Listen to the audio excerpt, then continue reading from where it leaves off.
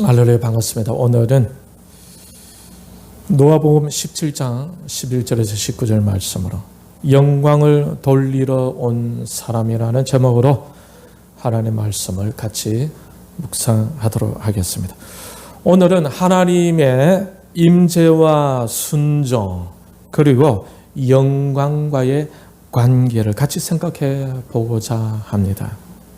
하나님의 임재 안으로 들어간 이사야 선지자는 하나님의 거룩함을 목격하고 그 거룩한 빛 아래에서 자신의 죄악을 자각하며 비록 그는 괜찮은 사람이었지만 자신도 모르는 가운데에 자신이 죄악으로 망하고 있었음을 발견하게 됩니다. 그리고 깨끗함을 받는 과정을 거치고 자신의 삶을 하나님께 자원하여 드리는 사람이 되었습니다. 하나님을 실제적으로 경험하게 되면은 이사야가 거쳤던 비슷한 과정을 걷게 되는 것입니다.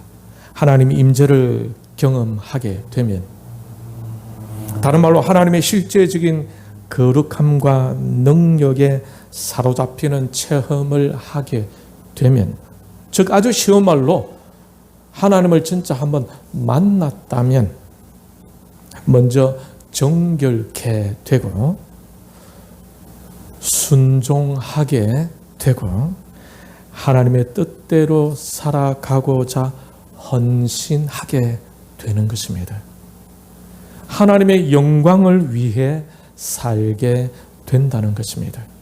오늘 이 자리에 나온 우리 모든 성도님들도 이사야와 또 믿음의 위대한 신앙의 선배들처럼 정결케 됨과 순종과 함께 하나님께 영광 돌려드리는 하나님의 일꾼들이 다 되시기를 주님의 이름으로 축원합니다. 그저 자신과 자신의 가정이 잘 되기만을 위한 신앙생활에 멈춰 있어서는 안 된다라는 것입니다. 오늘 본문에도 보면은 예수 그리스도의 능력을 실제적으로 경험한 사람들이 나오죠. 그 사람들은 도합 10명의 나병 환자였습니다. 여러분도 잘 알고 계시지만 이 나병이란 국어사전에서는 어떻게 정의를 내리고 있냐면은 나병균에 의하여 감염되는 만성 전염병이라고 하고 있습니다. 피부에 살점이 붉어져 나오거나 반점 같은 것이 생기고 그 부분에 지각이 마비가 되고 눈썹이 빠지고 손이 변형이 일어나고 발에도 변형이 일어나며 때로는 떨어져 나가기도 하고 그러면서 눈이 보이지 않게 된다라고 이렇게 이야기를 하고 있습니다.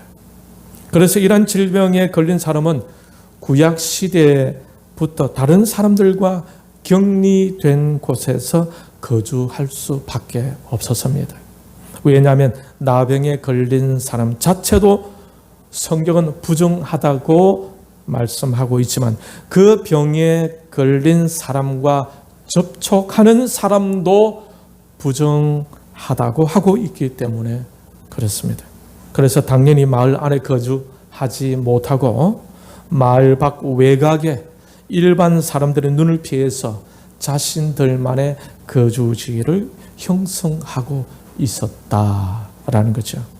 보통 사람들이 사는 곳에서는 살 수가 없었습니다. 그리고 그들은 생계를 위하여 동냥을 하며 살아야 했었습니다. 그러니 그들의 삶이 얼마나 비참했었겠습니까?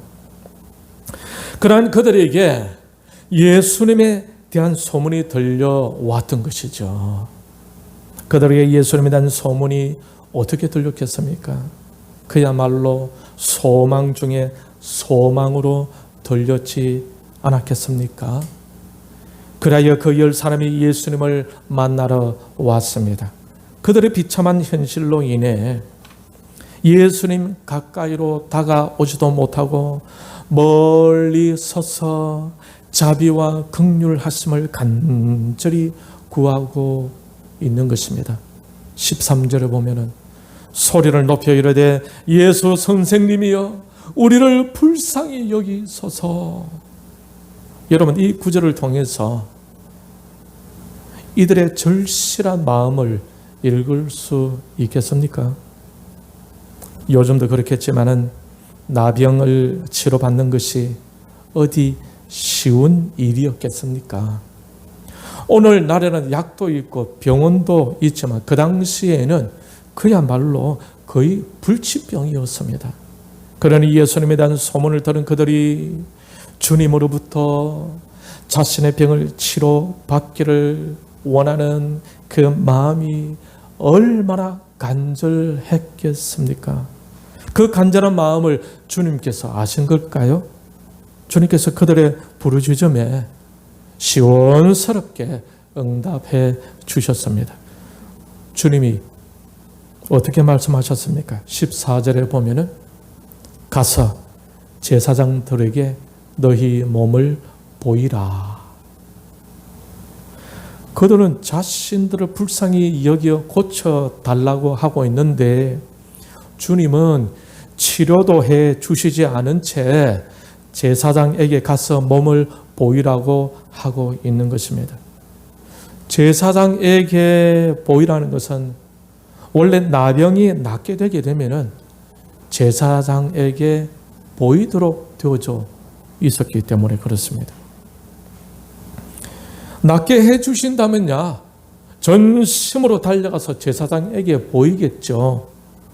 그런데 낫게 해 주시지도 않으시면서 가서 보이라고 하니 그들이 얼마나 황당했겠습니까? 여러분 같으면 좀 황당했지 않겠습니까?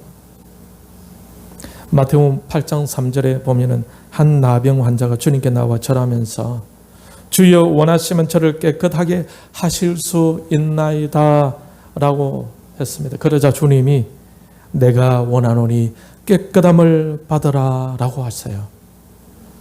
그런 후에 그 나병 환자가 깨끗하게 치료가 되어집니다. 마태복음 17장 1절 이후에도 간질병을 앓고 있던 아들을 둔 아버지가 아들의 문제를 예수님께로 가지고 나오죠. 그때 주님께서 그 아들을 보고 꾸짖었어요. 그러자 귀신이 나가면서 그 아들이 깨끗하게 낫게 되었습니다. 이처럼 예수님께서 말씀하시고 명령하신 후에 치료되는 역사가 있었다라는 것입니다. 그런데 오늘 이 본문에서는 이런 과정이 다 생략되어져 있습니다. 10사람의 나병 환자들을 낫게 해 주시는 주님의 치유하는 그 행위를 찾아볼 수가 없어요. 그저 주님께서 하신 말씀은 가서 제사장에게 너희 몸을 보이라 라는 것 뿐이었습니다. 이것은 병이 나은 후에 하는 의식이지 않습니까?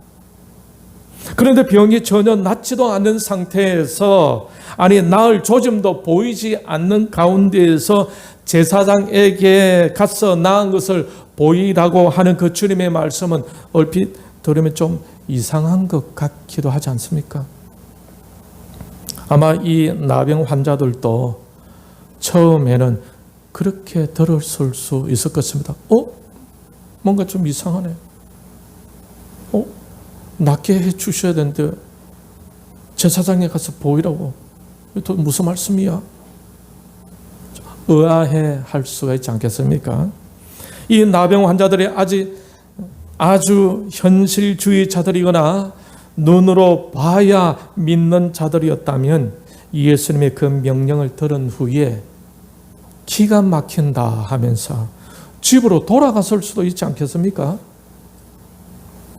낫게 해 주셔야 제사장에 가서 보일 수 있지 않겠습니까? 하면서 주님께 각을 세우며 주님의 명령을 무시하고 자기 느낌 가는 대로 돌아갔을 수도 있었을 것입니다.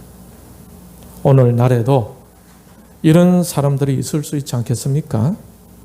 자기가 이해돼야 순종하는 사람, 자기가 만족해야 움직이는 사람,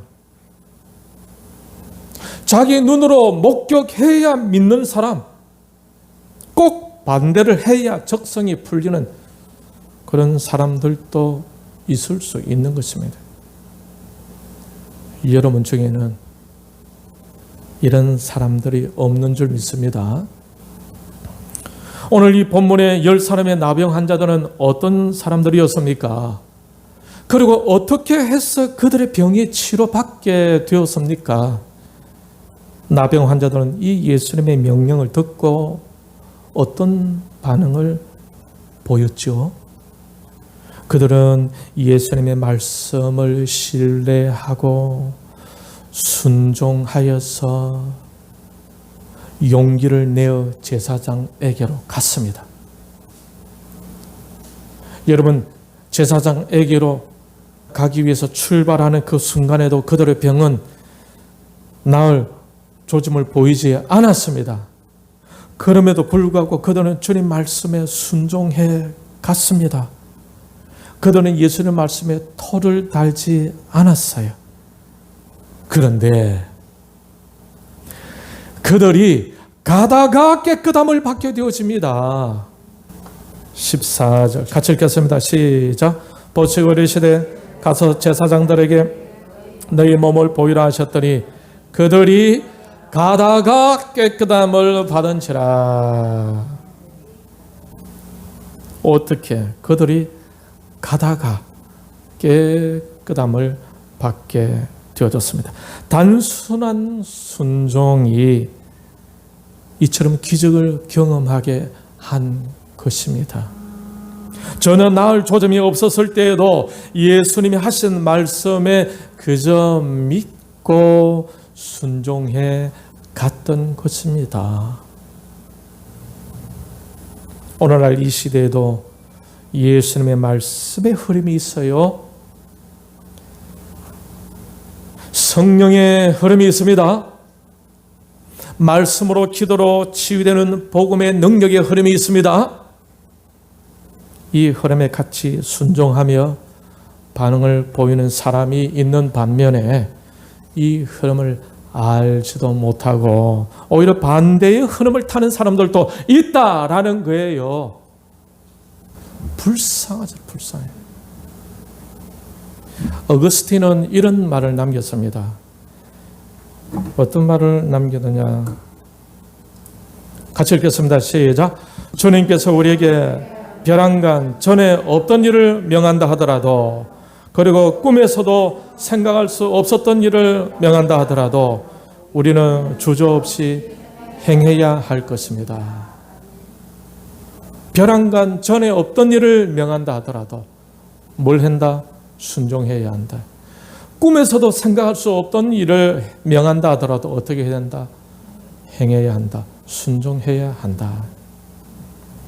말씀의 흐름, 기도의 흐름, 복음의 흐름, 순종의 흐름을 탈 수 있는 사람이 하나님의 은혜와 복과 능력을 누리게 되는 것입니다. 할렐루야.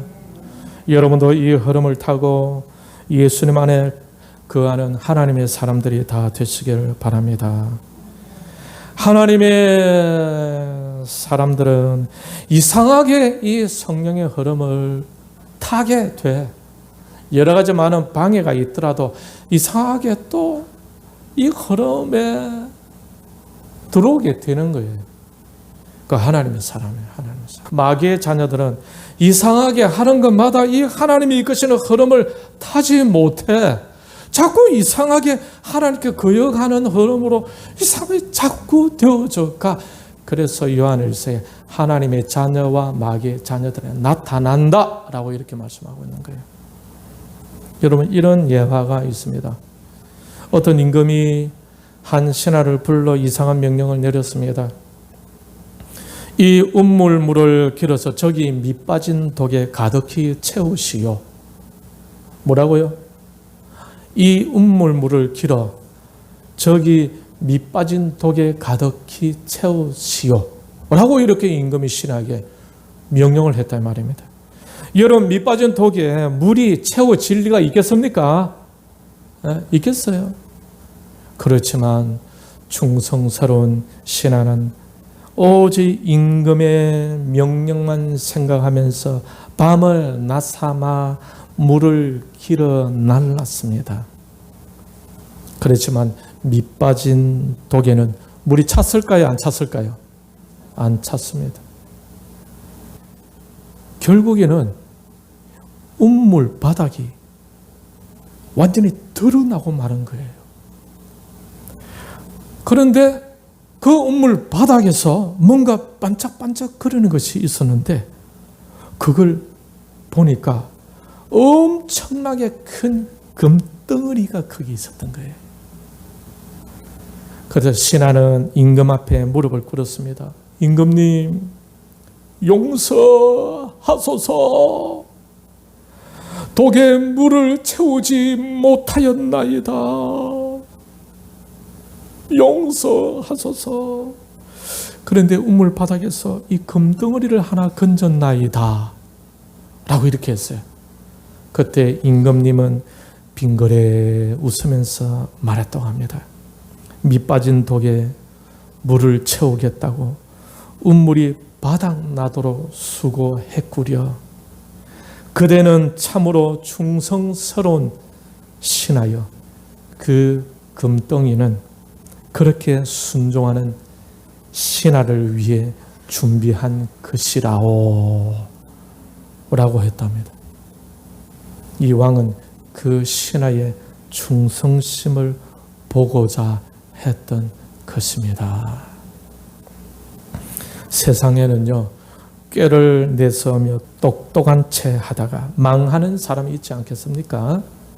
만물의 주인이 되시고 오늘 우리 예배 시간에 찬양했듯이 나의 왕이 되시는 그 하나님께서는 충성된 사람의 외모가 아니라 배경이 아니라 그 사람이 소유하고 있는 소유가 아니라 순종 그 자체를 보고 계신다는 것입니다. 그 순종은 바로 그 사람의 믿음을 나타내는 것이기 때문에 그렇습니다. 그래서 하나님께서 사무엘상 15장 22절에서 순종이 제사보다 낫다고 하신 것입니다. 그리고 욥기서를 통하여 하나님께서는 이런 말씀을 하고 계십니다. 욥기 36장 11절 12절 같이 읽겠습니다. 시작. 만일 그들이 순종하여 섬기면 형통한 날을 보내며 즐거운 해를 지낼 것이요 만일 그들이 순종하지 아니하면 칼에 망하며 지식이 없이 죽을 것이니라. 순종하여 섬기면 형통한 날을 보내며 즐거운 해를 지낼 것이요 만일 그들이 순종하지 아니하면 칼에 망하며 지식 없이 죽을 것이니라. 여러분, 그러면 하나님께 순종 잘 하십시오. 그러면 형통하고 즐거운 날을 맞이하게 될 것입니다. 그런데 만약 순종하지 않으면 죽고 싶어 하는 그런 고통 속에 거하게 된다 이 말입니다. 밤에 잠을 못 잔다 이 말입니다. 순종하는 사람은 하나님이 다 알아서 하시겠지. 이런 믿음이 생기죠. 순종하지 않는 사람은 자기 의지가 살아있으니까 어떻게 됩니까? 자기 지혜대로 살아가는 거예요. 자기 힘을 의지하니까 하나님께 맡기지 못하겠죠. 그러니 잠을 잘 수가 있습니까? 왜? 맡기지 못하는데. 여러분, 순종할 수 있길 바랍니다. 할렐루야. 옆에 있는 분에게 순종 잘합시다. 시작.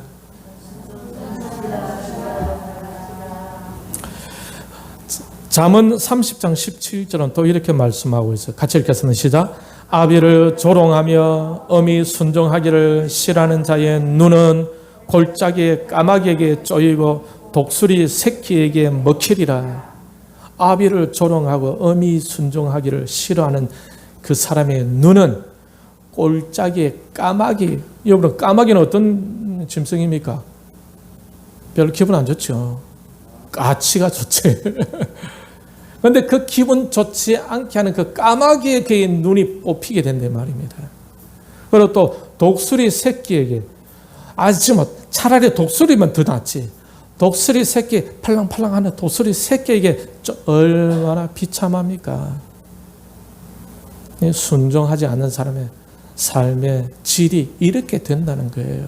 하나님의 역사를 경험하지 못한다 이 말입니다.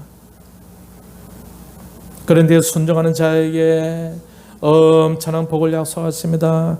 신명기 1장 36절 같이 시작. 오직 여분의 아들 갈렙은 온전히 여호와께 순종하였은즉 그는 그것을 볼 것이요 그가 밟은 땅을 내가 그와 그의 자손에게 주리라 하시고. 여호와께 순종하는 자들에게 무엇을 약속하십니까? 땅을 약속하신, 땅을 주겠다고. 여러분도 하나님께 순종 잘 하셔서 하나님이 주시는 축복의 땅을 누릴 수 있기를 축원합니다. 그래 여러분, 순종이 얼마나 중요한지 몰라요.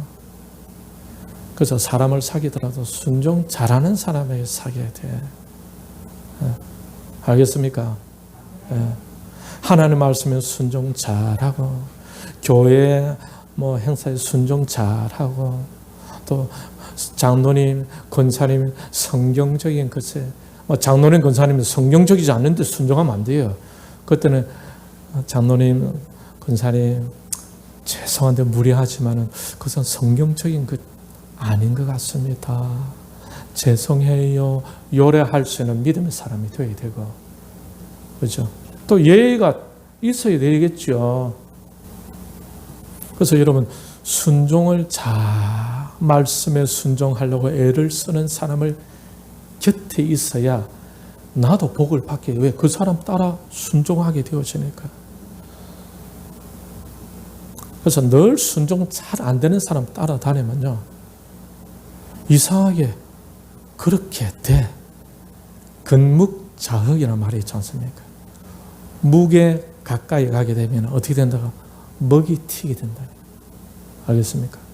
그래서 잘 생각해야 돼요. 저 사람이 순종을 잘하는 사람인가? 순종 잘 안 하는 사람, 장로님 따라하지 마세요. 순종 잘 안 하는 권사님 따라하면 안 돼. 늘 순종 안 하고 뺀질뺀질 그러는 집사님, 장로님, 권사님 따라하면 여러분의 영이 다 죽어요. 늘 순종은, 네, 할렐루야, 아멘. 그래야 내 신앙이 점점 깊어져 온전해져 간다라는 사실입니다. 오늘 이 본문의 10사람의 나병 환자들도 주님 명령에 순종합니다. 이해가 안 되었지만 그들은 그저 주님 명령에 순종한 거예요.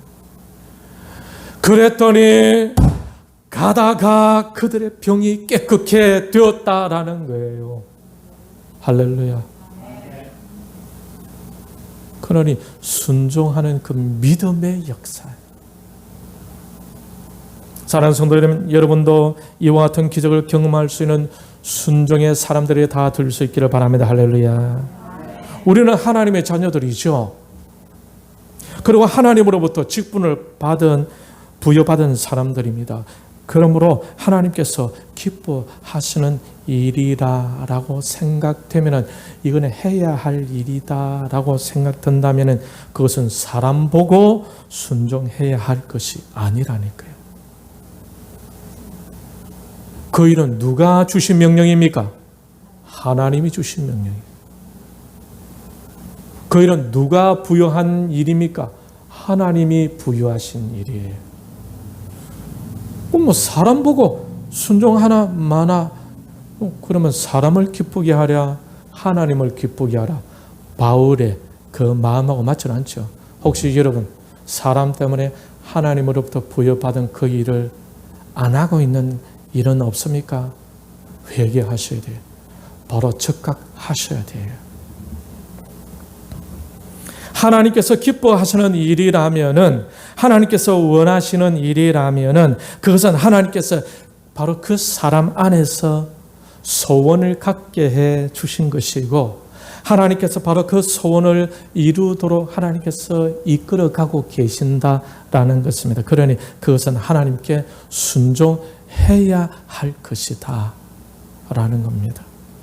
많은 경우 가정 일이든 교회 일이든 사회와 나라 일이든 사람 때문에 하나님으로부터 부여받은 그 일을 부분적으로 거절하는 그런 경우도 있지 않겠습니까? 왜? 자기 마음이 안 맞는다고, 기분 상한다고. 분명히 아셔야 하는 것은 모든 일은 하나님의 일이고 하나님께서 지시하신 일이라는 것을 아셔야 합니다. 그러므로 모든 일은 하나님께 순종하는 것입니다.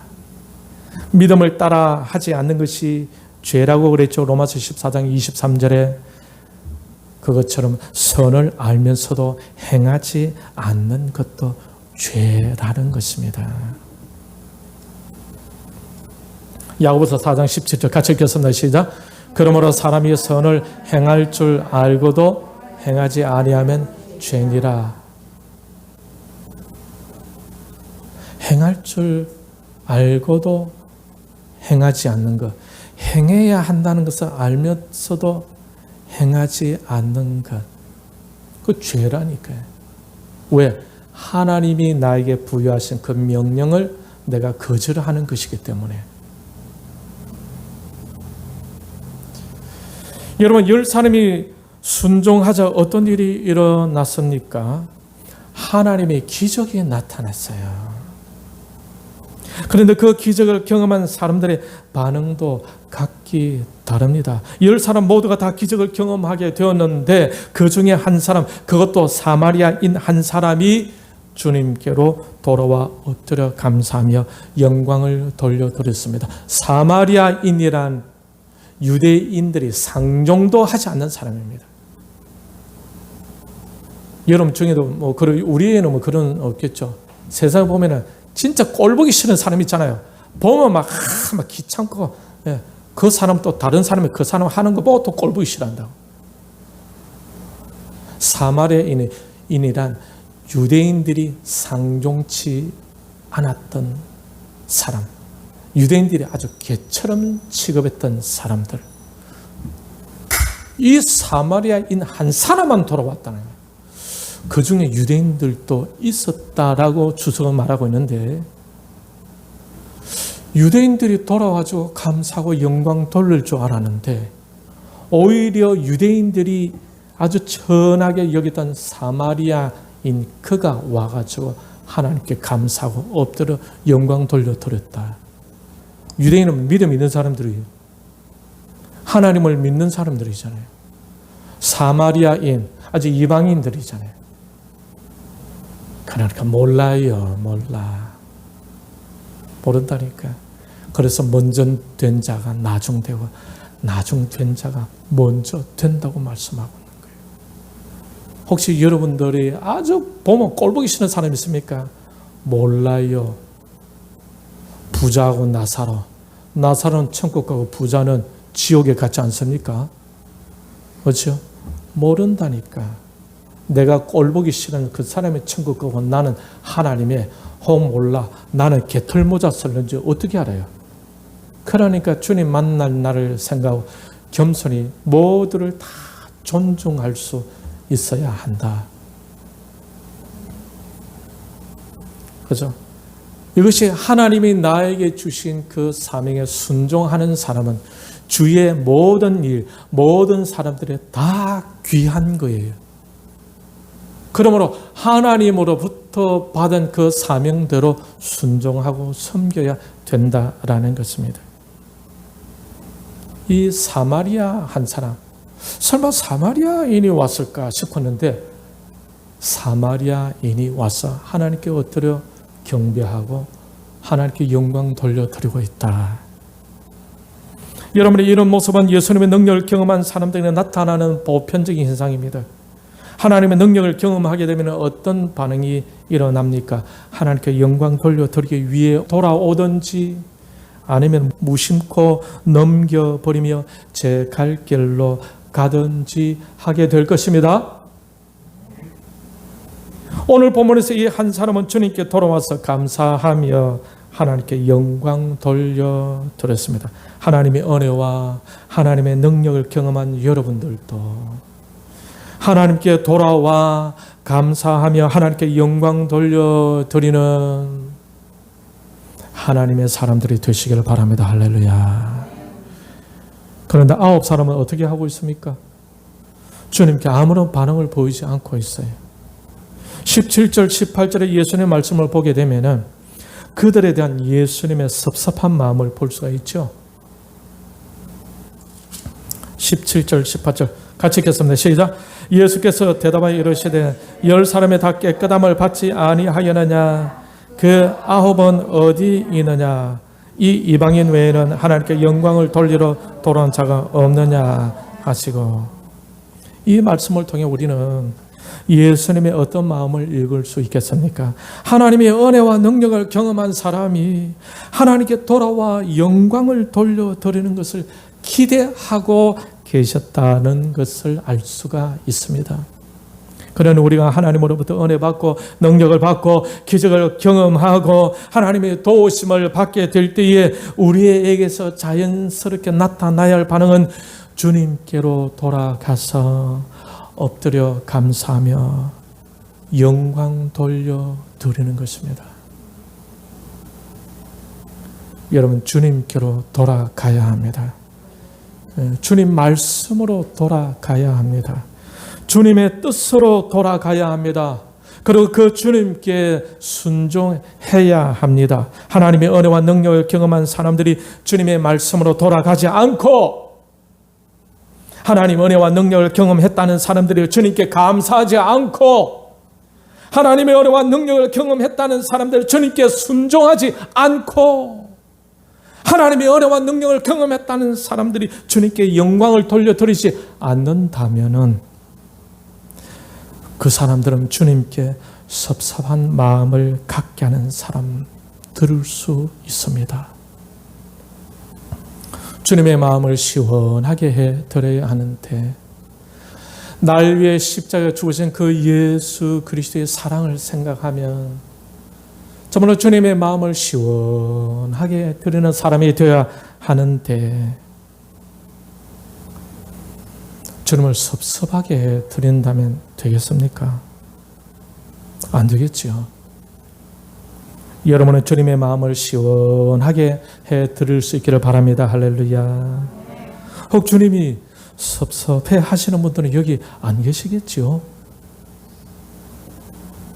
그러므로 믿음을 가진 사람은 순종하게 되고, 순종하는 사람은 믿음을 가진 사람으로 입증되고, 순종으로 하나님의 기적을 경험한 사람은 하나님께 영광 돌려드리게 되는 것입니다.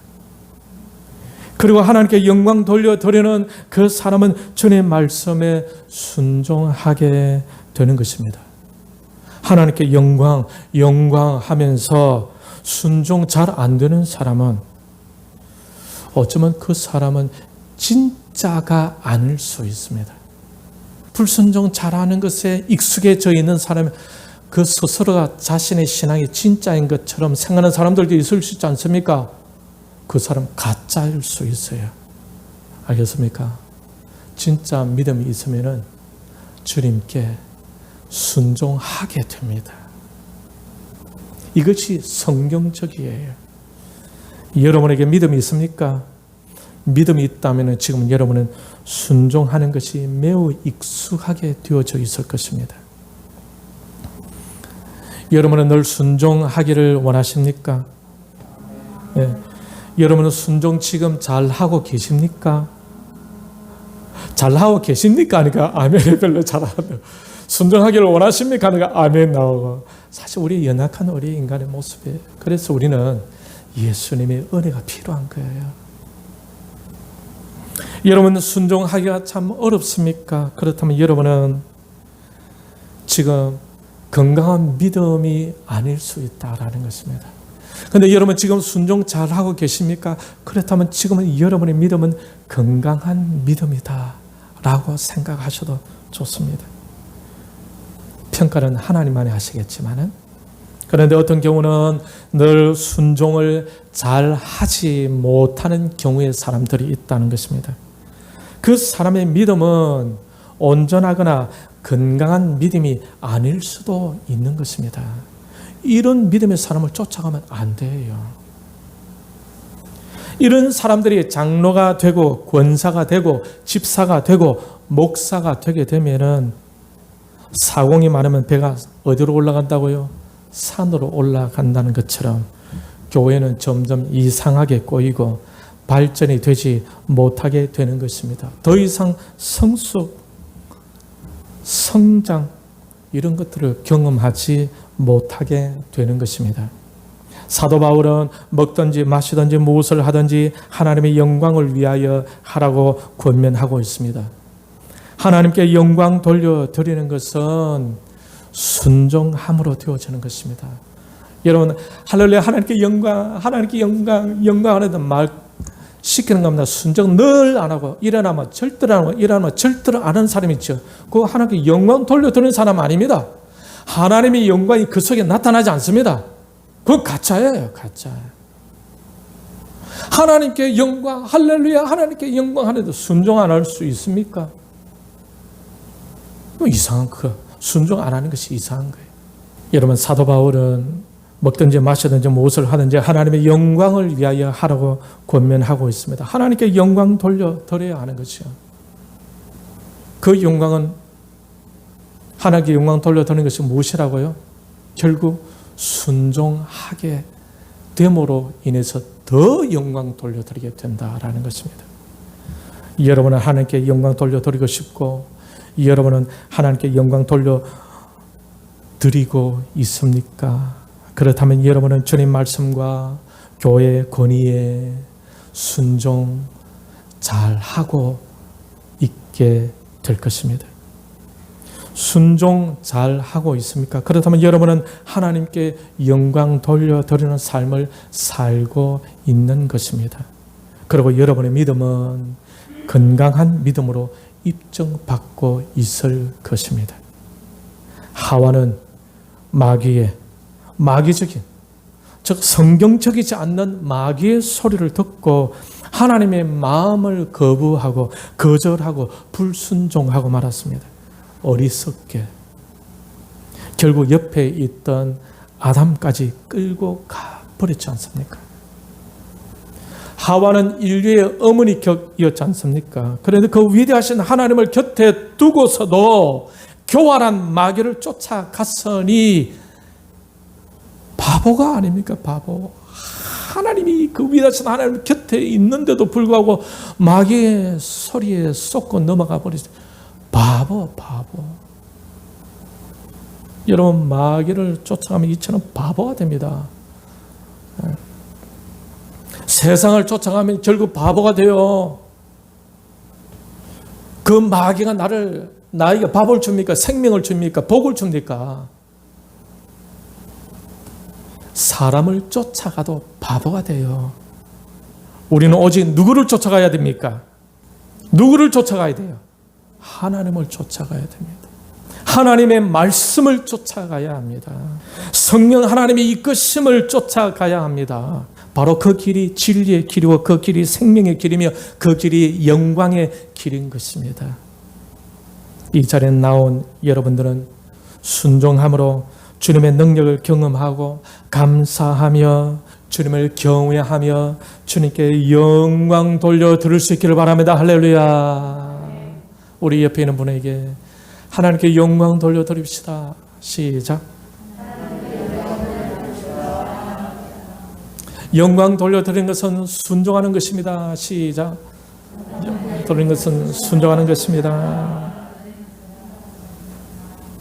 그저 순종했을 뿐인데 하나님께서 은혜 더 주시고, 그저 순종했을 뿐인데 건강 주시고, 그저 순종했을 뿐인데 회복시켜 주시고, 그저 순종했을 뿐인데 복을 받았다라는 이런 간증이 있길 바랍니다. 할렐루야.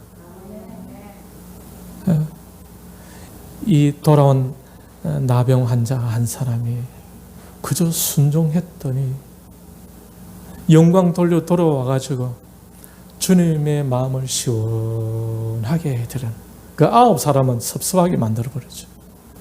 여러분 그저 순종하게 되게 되면은 그렇죠? 주님 만날 그날에 주님 품에서 할렐루야, 이 땅에서 고생과 이 땅에서 아픔, 이 땅에서 괴로움은 그거 지나고 나면은 다 아무것도 안 해요. 여러분 이 땅에 살아가면서 아프고 힘들고 괴롭고 염려, 근심, 그렇죠? 때로는 밤을 지새울 때도 있죠. 근데 순종하는 삶을 잘 살게 되면은 주님 만날 때는 그 모든 것 다 잊어버리고 영광스러운 기쁨과 감사와 환희 속에 젖어서 훨훨훨훨 날아다니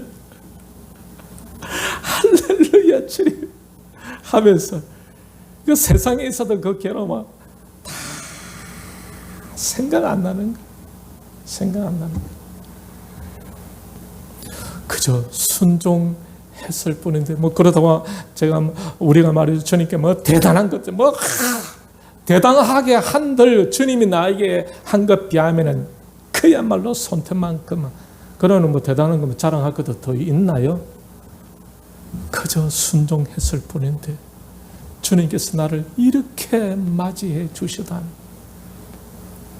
그때 눈물로 감사하며 나 같은 것을 이렇게 맞이해 주시고 기다려 주신 주님 감사합니다.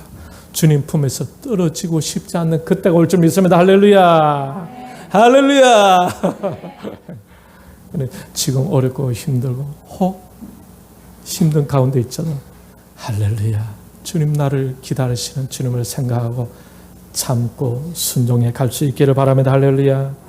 그래야 믿음의 순종으로 여러분의 믿음이 건강한 믿음임을 보일 수 있기를 바랍니다.